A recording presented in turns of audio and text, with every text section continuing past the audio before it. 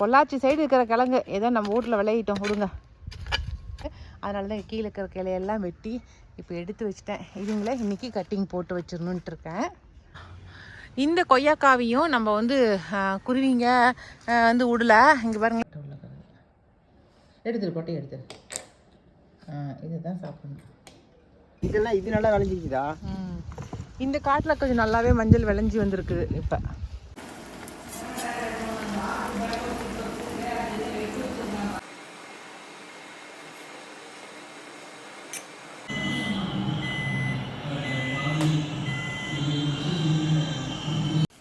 எல்லாருக்கும் வணக்கம். இது நம்ம காக்கை கூட்டம். வீட்டுக்கு பின்னாடி இருக்கிற தோட்டத்துக்கு தான் வந்திருக்கிறேன். எதுக்காக வந்திருக்கேன்னா, நம்ம செம்பருத்தி பூச்செடிகளை வெட்டி விடலான்னு வந்திருக்கேன். பாருங்கள், பூக்களே ஒன்று கூட இல்லை. இந்த வெயில் காலத்துக்கு பூக்கவே இல்லை. அதனால தான் சரி கொஞ்சம் வெட்டி விட்டுறலாம். வெட்டி விட்டால் புது துளிர் வச்சு கட்டாயமாக பூக்கும். அதுக்காக வேண்டி வெட்டி விட்டுறலான்னு சொல்லிட்டு வந்திருக்கேன். கூடவே வந்து நம்ம கொஞ்சம் இது வாழைக்கண்ணுங்க கொஞ்சம் கொண்டு வந்திருக்கேன். அது என்னென்ன வாழைக்கண்ணு இன்றைக்கி வைக்க போகிறேன் அப்படிங்கிறதையும் நான் உங்களுக்கு காட்டுறேன். தாத்தாவை குழி நோண்டுங்க அப்படின்னு சொல்லிவிட்டு நான் வந்து இங்கே செடிங்களை கட் பண்ணிகிட்ருக்கேன். கட் பண்ணிவிட்டு காட்டுறேன் உங்களுக்கு.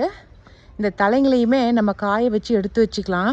நம்ம குளியல் பொடி அரைக்கிறோம் இல்லைங்களா, தலைக்கு ஃபேஸ் ஏர் பேக் போடுறோம் இல்லைங்களா, அதுக்கு வந்து இந்த தலைங்களை நம்ம யூஸ் பண்ணிக்கலாம். நம்ம இது வேஸ்ட் பண்ணாமல் இப்போ எல்லாம் கட் பண்ணிவிட்டு காட்டுறேன்.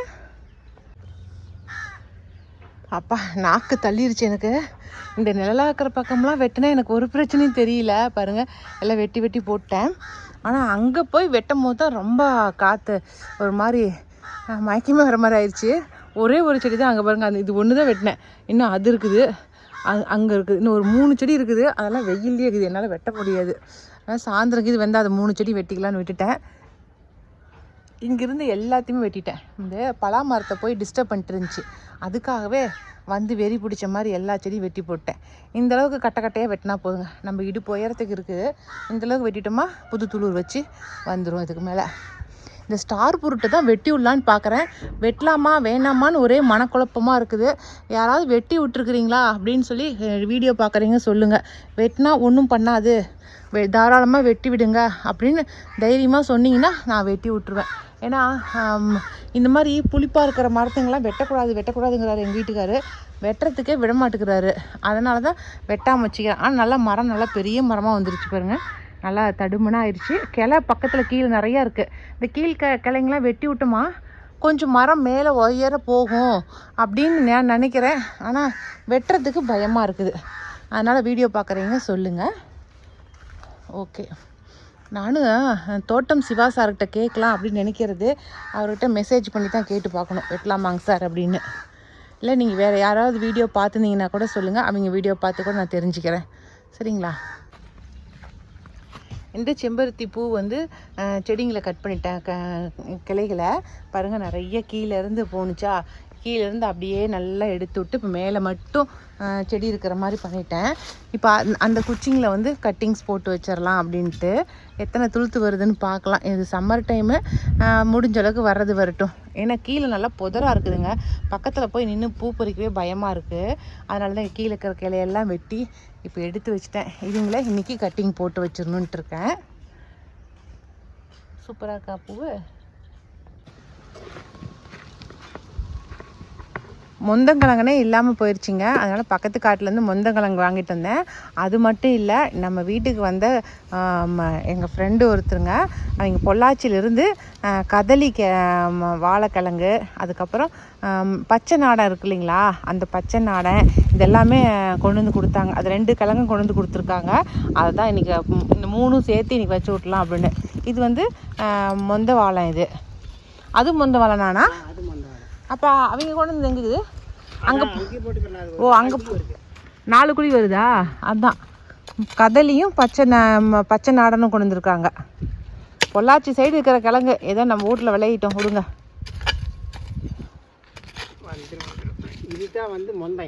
இதுதான் நம்ம வீட்டு பக்கத்தில் இருக்கிற மொந்தன்.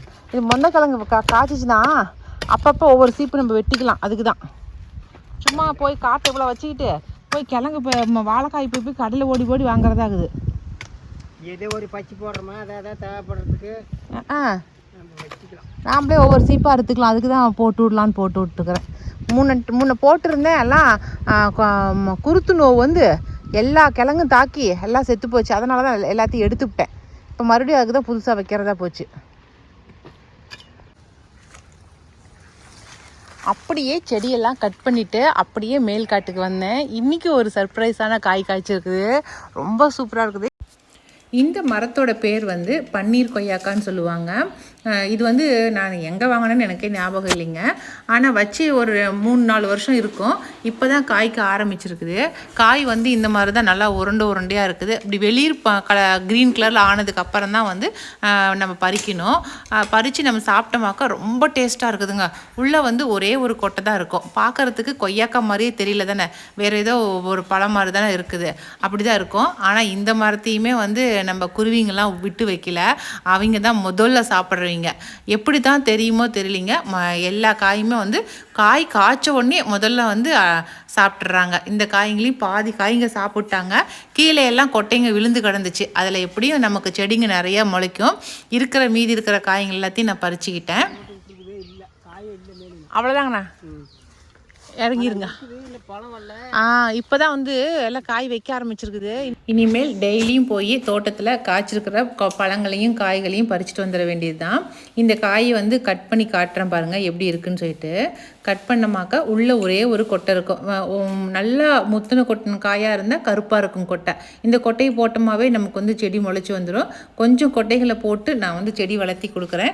இது வந்து ஒட்டு செடியாக இன்னும் யாரும் வளர்த்தலை. எல்லாருமே வந்து கொட்டை போட்டு தான் முளைக்க வைக்கிறாங்க. நம்ம கொய்யாக்கு செடி எப்படி வளர்த்துறாங்க அப்படி தாங்க வளர்த்துறாங்க. அதனால் நான் வளர்த்தி கொடுக்குறேன். இப்போ நான் காட்டுற இந்த பொருட்கள் எல்லாமே நம்ம தோட்டத்துலேருந்து கிடைச்சது தாங்க. புளி வந்து 2 மரம் வச்சுருக்கிறேன், புளிய மரம். இது வந்து ஏபிசி பொட்டானிக் கார்டன் இருக்குது இல்லைங்களா, அம்மாப்பேட்டை இருக்குது எங்கள் சேலத்தில். அங்கே போகிற வழியில் இருந்துச்சு. அப்போ வாங்கினேன் நான். அது ஒரு 5 வருஷத்துக்கு மேலே இருக்கும். அது இப்போ வந்து காய்க்க ஆரம்பிச்சிருச்சு. அந்த காய் நான் போய் பறிச்சுட்டு வரலான்னு நினச்சிட்டு இருந்தேன். அதுக்குள்ளே காட்டில் தாத்தாவே போய் தண்ணி கட்டும் போது பறிச்சுட்டு வந்துட்டார். இது வந்து இந்த மசுறு கிழங்குன்னு சொல்லுவாங்க இல்லைங்களா, தை நோம்பிக்கு சீதனமாக கொண்டு வந்து தருவாங்க இந்த மசுறு கிழங்க. இதில் ஒரு கிழங்கு வந்து முளைப்பு வந்துருச்சுன்னு எங்கள் அத்தை கொடுத்து விட்டாங்க. அதை நட்டு வச்சேன். நான் உங்ககிட்ட ஏற்கனவே நடும்போது காட்டியிருக்கேன். அந்த கிழங்கு தான் இவ்வளோ காய்ச்சிருக்குது. அது அறுவடை பண்ணினதை நான் ஷார்ட்ஸுக்கு தான் எடுத்தேன், யூடியூப் சேனலுக்கு எடுக்கவே இல்லை. இது நம்மளுடைய லைபீரியன் தக்காளி. லைபீரியன் மட்டும் இல்லை, இன்னும் 2-3 ரகம் இருக்குது. அது எல்லாமே சேர்த்து தான் இன்றைக்கி வந்து பறிச்சுட்டு வந்தாங்க. இன்றைக்கி நம்ம வீட்டுக்கு கெஸ்ட்டு வந்தாங்களா, அவங்ககிட்டே பேசிகிட்டு இருந்தேன். அவங்ககிட்ட பேசிகிட்டு இருக்கிறதுனால தோட்டத்தில் எல்லாம் அவங்களே எல்லா காயும் பறிச்சுட்டு வந்துட்டாங்க. இது வந்து சேனக்கிழங்கு. எல்லாருமே தோட்டம் வச்சுக்கிறீங்க எல்லாருமே இந்த சேனக்கிழங்கு கட்டாயமாக போட்டுருவாங்க. ஏன்னா ஏதாவது ஒரு பக்கத்தில் கொஞ்சம் போட்டோமா அது விளைஞ்சி அது நல்ல பெரிய சைஸாக அது ஒரு நாளைக்கு நமக்கு வந்து கிடைச்சிரும். அதனால் நிச்சயமாக போட்டுருங்க. இதெல்லாம் தான் இன்றைக்கி எங்கள் தோட்டத்துலேருந்து பறிச்சுட்டு வந்தது. நம்ம வீட்டுக்கு வந்த கெஸ்ட்டுக்கு வந்து இருக்கிற தக்காளிங்க என்னென்ன வேணுமோ அதெல்லாம் உங்களுக்கு பிடிச்சதை எடுத்துக்கங்கன்னு சொன்னேன். அவங்க அதெல்லாம் தான் எடுத்து வச்சிட்ருக்காங்க. இது அப்படியே தக்காளி பஜ்ஜி கடைஞ்சிக்கங்க கொண்டு போய். தக்காளி பஜ்ஜி இல்லை, செடி போடணும்லக்கா. கொஞ்சம் பழத்தை காய் எடுத்து நல்லா கலக்கி விட்டு அதில் வடிகட்டி எடுத்துருங்க அந்த விதையை. அதை வந்து மீதி வந்து பஜ்ஜி கடைஞ்சிக்கங்க. அந்த விதையை மட்டும் கொஞ்சம் எடுத்துங்க. போதுமாம்மா? இதெல்லாம் இது நல்லா விளைஞ்சிக்குதா? இந்த காட்டில் கொஞ்சம் நல்லாவே மஞ்சள் விளைஞ்சி வந்திருக்குது. இப்போ இது நல்லா ஒவ்வொரு ட்ரிப்பு நல்லா கொத்து கொத்தா வந்துருக்கு. அதில் ஒரு சேர் மஞ்சளுக்கு மேலே இருக்குது, சின்ன சேர் தானே. மண் நல்லா பதமாக இருக்குது இல்லைங்கண்ணா வெட்டுறதுக்கு. ஒரு நாளைக்கு வெட்டலாம், அப்புறம் வெட்டிக்காதுன்னா கொஞ்சம் தண்ணி கூட விட்டுலாம். மஞ்சள் இதில் நல்லா வருது பாருங்க. இந்த மஞ்சள்லாம் நல்லா இருக்குது. இப்போ வந்து நாங்கள் என்ன செஞ்சிட்ருக்கோம்னாக்கா பீஸா.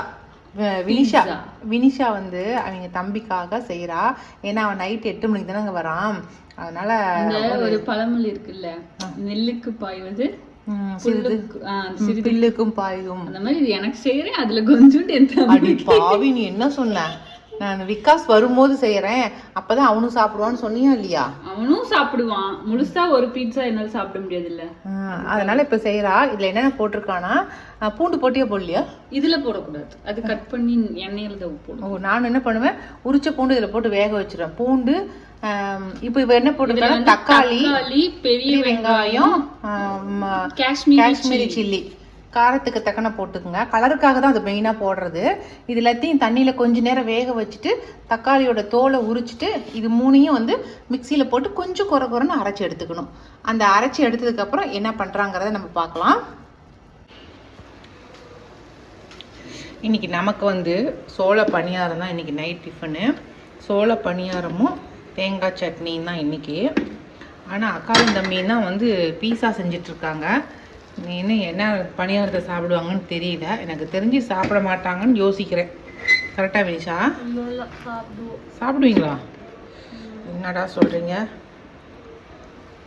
இப்போ அதை அரைச்சிட்டு வந்துட்டா நம்ம தக்காளி வெங்காயம் காட்டணும் இல்லைங்களா, அதை அரைச்சிட்டா டக்குன்னு போடு, அடுப்பு பெருசில் இருக்குதுல்ல. அதுக்கப்புறம் எண்ணெய் ஊற்றி கொஞ்சமாக பூண்டு போட்டு அது நல்லா வதங்கின பிறகு நம்ம அரைச்ச அந்த தக்காளி எடுத்து அதில் ஊற்றிட வேண்டியதுதான்.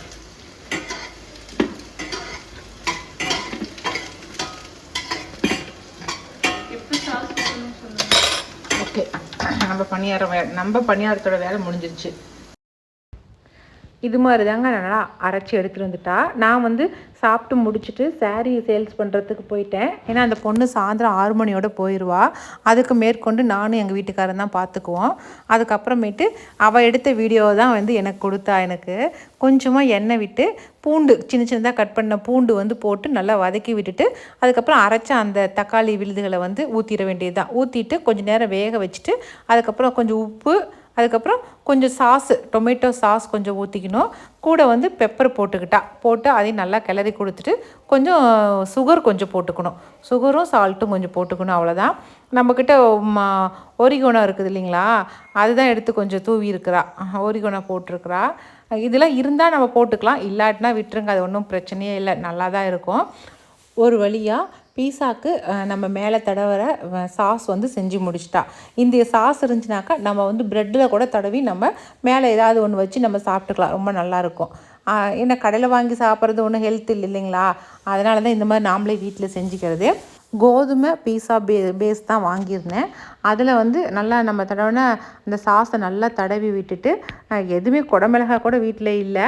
அதனால் வெங்காயமும் அந்த பேபிகார்ன் வாங்கிட்டு வந்திருந்தேன். விகாஸ்க்கு கிரேவி செஞ்சு தரலாம் அப்படின்ட்டு அந்த பேபிகார்னை நல்லா ஸ்லைஸாக கட் பண்ணி வச்சுருந்தா. அதுக்கப்புறம் மொசரில்லா சீஸு, அந்த சீஸை நல்லா சீவி விட்டுட்டு அந்த பேபிகார்னையும் அந்த பெரிய சைஸு பெரிய வெங்காயத்தையும் எடுத்து அப்படியே டிசைன் பண்ணி விட்டுட்டா. வேறு ஸ்வீட் கார்ன் கூட இல்லைங்க வீட்டில், எதுவும் இல்லாதனால சரி அதுவே போட்டுக்கலாம் அப்படின்ட்டு அதை பண்ணிவிட்டு மேலே வந்து ஒரிகோனோ போட்டிருக்கா. சில்லி ஃப்ளேக்ஸ் கொஞ்சம் போடணும், அது போட்டாலும் நல்லாயிருக்கும். அது போட்டால் தான் நல்லா டேஸ்ட்டு கொடுக்கும். அது போடாமல் விட்டுட்டா. அவ்வளோதாங்க. இதுக்கு மேலே எல்லாத்தையும் ரெடி பண்ணிட்டோம் அப்படின்ட்டு கொண்டு போய் ஓவனில் வச்சுட்டா. நல்லா சீஸை வந்து நல்லா போட்டு திருக்கி போட்டுட்டாங்க. நிறைய போட்டிருப்பா போல இருக்குதுங்க. என் கண்ணிலாம் கொஞ்சம் கூட காட்டவே கிடையாது. என்கிட்டையும் காட்டல, எங்கள் வீட்டுக்காரர்கிட்டையும் காட்டல. அவளே எல்லாத்தையும் அவளுக்கு தெரிஞ்ச அந்த ரெடி பண்ண சாஸையும் அதுலேயே போட்டா, எல்லாம் ரெடி பண்ணி போட்டா. ஓவனில் வந்து 180 டிகிரி செல்சியஸில் ஒரு 15 நிமிஷம் வச்சுருப்பா போல் இருக்குது. அவ்வளோதான் வச்சு முடித்தோம். அதுக்குள்ளாரே ரெடி ஆயிடுச்சு கொஞ்ச நேரத்துலையே. அந்த வாசம் மட்டும்தாங்க எங்களுக்கு வந்து மாடியில் வந்து அடிச்சிச்சு. மற்றபடிலாம் எதுவும் எங்களுக்கு கொண்டு வந்து காட்ட கூட இல்லை, கண்ணில் கூட காட்டல. 2 பேருமே அக்காலும் தம்பியுமே சாப்பிட்டு முடிச்சிட்டாங்க.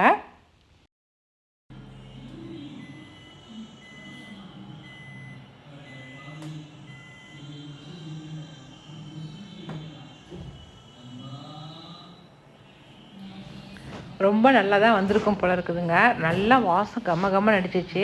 நீங்களே பாருங்களேன் பீஸா எப்படி வந்திருக்கு அப்படின்னு சொல்லிட்டு.